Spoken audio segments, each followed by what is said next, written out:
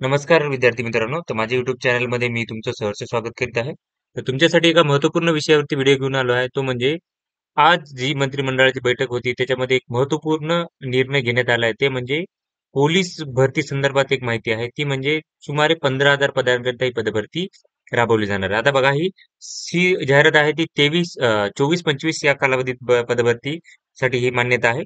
त्याच्यामध्ये अजून एक हे सांगितलेलं आहे, की या पदभरतीमध्ये 22 व सन 23 मध्ये ज्या विद्यार्थ्यांना वयोमर्यादा ओलांडली आहे, अशा विद्यार्थ्यांना एक विशेष बाब म्हणून त्यांना काय करण्यात येते, की याच्यामध्ये तुम्हाला अ, हे करता येणार आहे. त्यांना अर्ज भरणार आहे. आता हे विद्यार्थी कोणते आहेत लक्षात घ्या.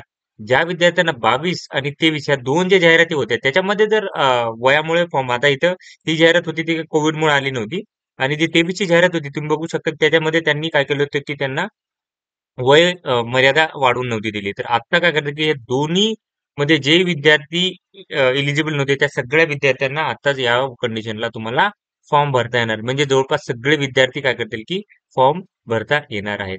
तर ही माहिती आहे. तर अशाच महत्त्वपूर्ण माहितीसाठी माझ्या चॅनलला सबस्क्राईब करा, व्हिडिओ लाईक करा आणि माहिती जास्तीत जास्त विद्यार्थ्यांपर्यंत शेअर करा.